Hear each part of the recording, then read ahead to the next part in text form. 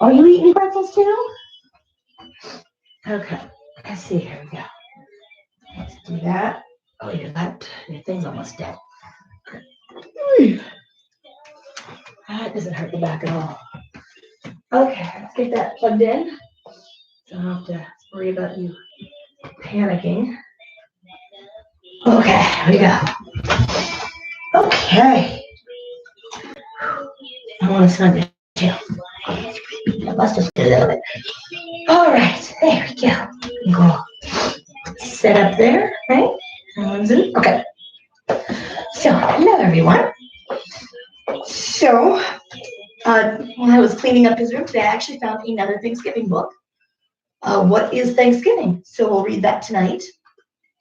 It's a little cardboard book. And then we'll read the Veggie Tales, Knights, Vikings, and a Battle of the Bands. And then The Boss Baby. That should be a little smattering. All right. Let's see if he'll actually choose which book to read because he's been a boo-boo butt about picking which snack he wants for tonight. So let's see if I can get him to pick a book. Which book do you want to read? What is Thanksgiving? Okay. All right. All right. What is Thanksgiving? What is Thanksgiving Day about? Please tell me what it means. Is it about the yummy food like turkey and green beans? I never really eat green beans on Thanksgiving, do we? We eat other greens. Is it about the big parade? We watch it on TV. I love to look at all the floats and cheer, hooray, yippee! Is it about the football games? My daddy watches those. And all the while he munches snacks. That's why his belly grows. Oh, that's rude. We don't really watch football in this house, do we? Yeah. Although we might have to start. Is it about my relatives? They come to eat with us. They travel from quite far away by airplane, car, and bus. Is it about the pilgrim folks all dressed in black and white? I dressed up like a pilgrim once. Now that was quite a sight. No, that's not what Thanksgiving Day is really all about. This very special holiday is so much more, you see. It's more than watching grand parades and football on TV.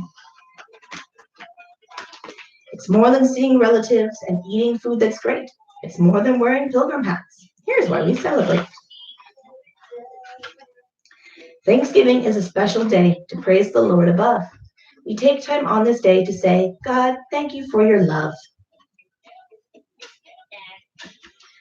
I thank you for my family and for the food I eat. I thank you, God, for friends and toys, for my hamster Pete. Oh, Pete. Okay, now I get it. The yummy food and grand parades. My family and football, they're great as long as I give thanks to God who gives them all. Hmm? See, boy. This weird little crease in my belly. Boy. Okay. Now, which one do you want to read? Boss Baby? That's certainly you, isn't it? Is this an autobiography for you? Maybe. Starring the Boss Baby as himself. From the moment the baby arrived, it was obvious that he was the boss. He put mom and dad on a round-the-clock schedule with no time off. And then he set up his office right smack dab in the middle of the house.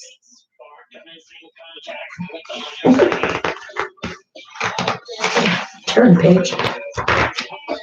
He made demands, many, many demands. He was quite particular.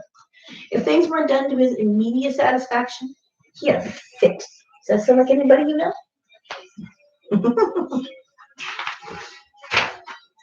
He conducted meetings, lots and lots and lots of meetings, many in the middle of the night.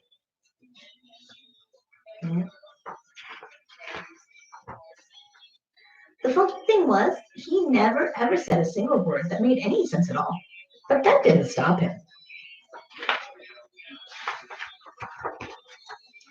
As boss, he was entitled to plenty of perks. There was the lounge, the spa, and the executive gym. There were drinks made to order 24/7. And of course, the private jet. Which, this is my favorite part of this. All these silly things that he's gotten in the little jet, which is one of those put in the doorway things with the little sunshine happy face on the front.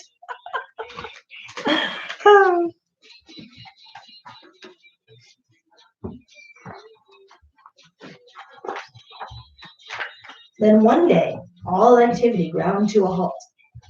The boss surveyed his surroundings, eyeballed his workers, and frowned. He called a meeting. His staff did not respond. He called and called and called. Nothing. The boss's usual demands were not getting their usual results. It was time to try something completely out of the box. Mama, Dada, wow, that worked. For the first time since his arrival, the boss baby was pleased, but only momentarily. He had to get back to the office ASAP. There was still a business to run here, and make no mistake, he was the boss of it. Speaking of boss baby, we just had a small debacle of our own. You'll notice he's eating pretzels right now. He kept asking for chips. We do not have any more chips. He ate the last for lunch. So I brought up Doritos or Cheetos, which are chips, and he chose Cheetos. But then once it was open, he didn't want to eat Cheetos. So finally, he decided on pretzels, but it was a whole big to-do. We're going back and forth in the talking app, and took him down to the pantry. It was so silly. All right. Now we've got the Knights, Vikings, and a battle of the bands. None of you should look out just for your own good. You should also look out for the good of others. Philippians 2, verse 4. Princess Petunia and the Good Knight. The castle of Scone was a busy place. Everyone came to see the great pie games. Music played, the peas sang. All the veggies were happy. They waited for the games to start. Princess Petunia looked down at the field. She saw a table piled with fresh, sticky pies. There were many brave men waiting to play. As the pie games began, pies flew everywhere. Bump in the Night won. I am the greatest, he said. He was bragging. He was not a very nice knight. The crowd cheered for the winner. The Duke of Scone went to help the knight who lost.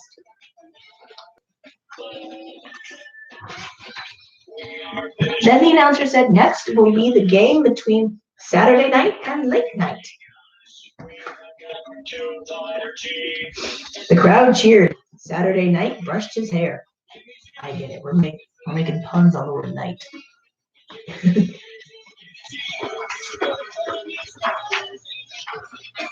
When late night arrived, pies flew again.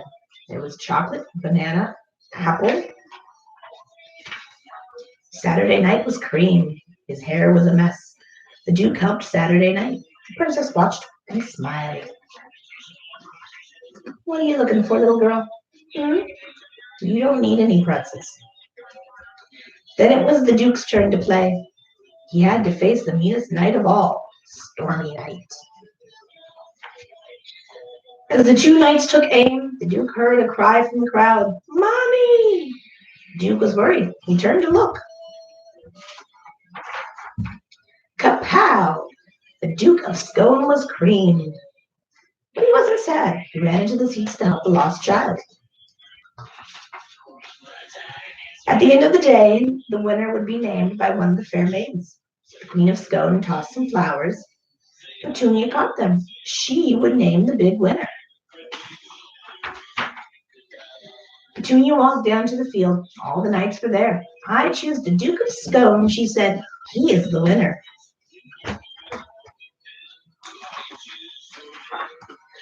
All the other knights were mad. But Princess Duke said, I lost the pie game. No, said Petunia. By helping all the others, you are a winner. Duke of Scone, the queen said, for putting others before yourself, you have won the great pie games.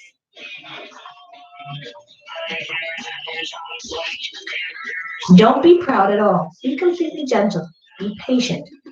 Put up with one another in love. Ephesians 4, verse 2. What's up with Lyle?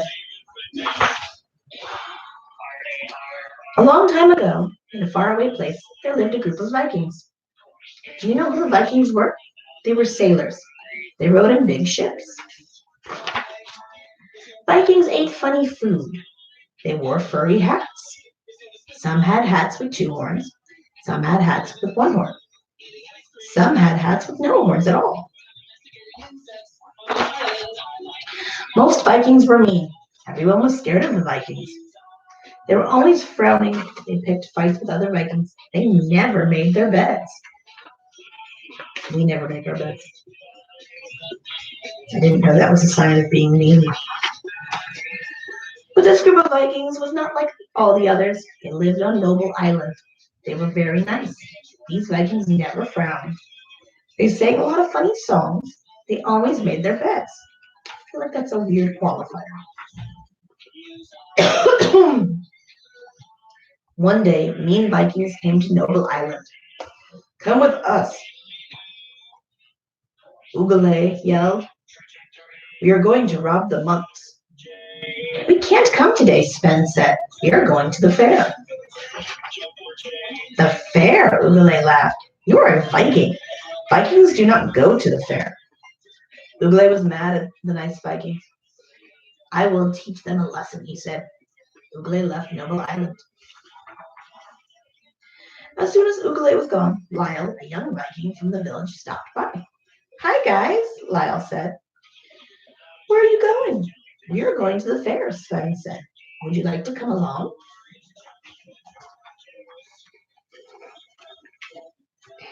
Turn page. Sure, Lyle answered. I will bring my knitting. Lyle was like the rest of the Vikings. He did not really like to sail or fish. Lyle liked to knit. Lyle's like mommy. The Vikings laughed at Lyle. That hurt his feelings. He's rude. On the way to the fair, Lyle sat by himself on the ship. The nice Vikings were not being nice at all. But when they reached the fair, all the Vikings had a lot of fun. Even Lyle. They played Viking games. They ate Viking food. They even swam in the Viking pool. Until it started to rain. Get to the ship, the captain yelled. A huge storm was coming. Vikings had to get home. Sven and his friends ran into the ship, but there was a big problem. Ugale and his crew were there. They had torn the sails. They had broken the oars. We will never get home, Otar cried. The sails won't work with holes, and we cannot row with broken oars. Do not worry, Lyle smiled. I know a way. Quickly got to work knitting patches for the sails. In no time at all, Lyle had fixed the sails. Lyle saved the day.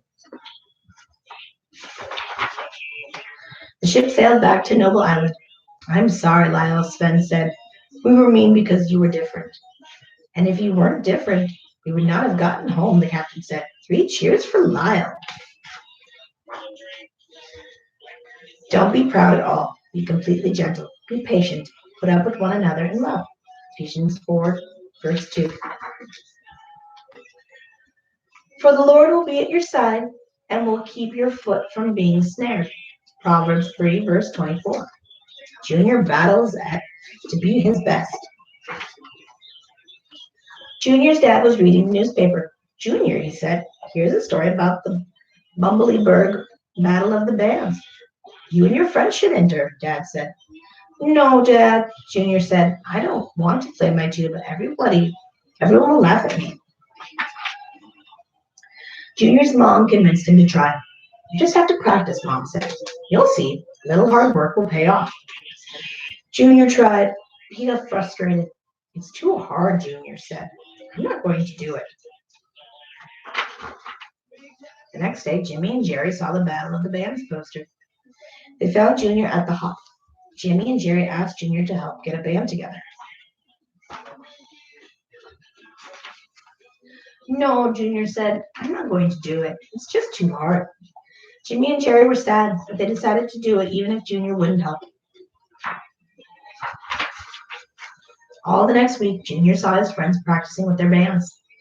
On Monday, he saw Jenny Ford's band, the Bubblegum Pop Rockers. They practiced at the playground. On Tuesday, Junior saw Larry and the Peas. Their band was called Heavy Metal. Larry was the drummer. He looked so cool. On Wednesday, Junior heard Pa Grape's band, the Space Cadets. They sounded pretty good, but they looked a little funny. Junior started to feel left out. Then Junior saw Ma Mushroom. Are you playing in the battle? Ma asked. No, Junior said. I'm not good enough. Ma Mushroom smiled. Good, she said. We'll win for sure. Sounds like you already beat yourself. What do you mean? Junior asked. Well, if you don't try, then you've already lost, Ma said. Junior felt terrible. Ma Mushroom was right. He had not even tried. When Junior got home, he practiced his tuba, and he practiced some more. Junior, his mom said, you're really sounding great. Maybe next year you'll enter the Battle of the Bands. No, Mom, Junior said, I don't think I'm good enough. Why don't you pray about it, Mom said. That night, Junior asked God to give him courage to play in front of others someday. Finally, it was Saturday, day of the big battle. The whole town was there. Everyone played very well. In the end, only two bands were left, Jimmy and Jerry's blues band and Ma Mushroom's swingers. We have a tie, the judge said. You'll each play one more song. Give it all you've got. Jimmy ran out in the audience. He found Junior. Junior, we need you, Jimmy said. Junior jumped up with a smile. He went to the stage. He played his best. It was just what the blues band needed. Jimmy and Jerry's blues band won. And so did Junior. Thank you for your help, God, Junior prayed. Yeah. All right. Enjoying your pretzels? Yeah.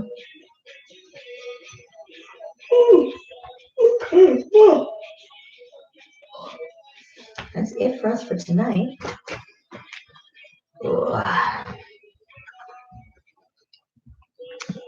Move these over so I don't hurt myself. So we will be back tomorrow with 3 more stories. What do you think about that? Maybe a little less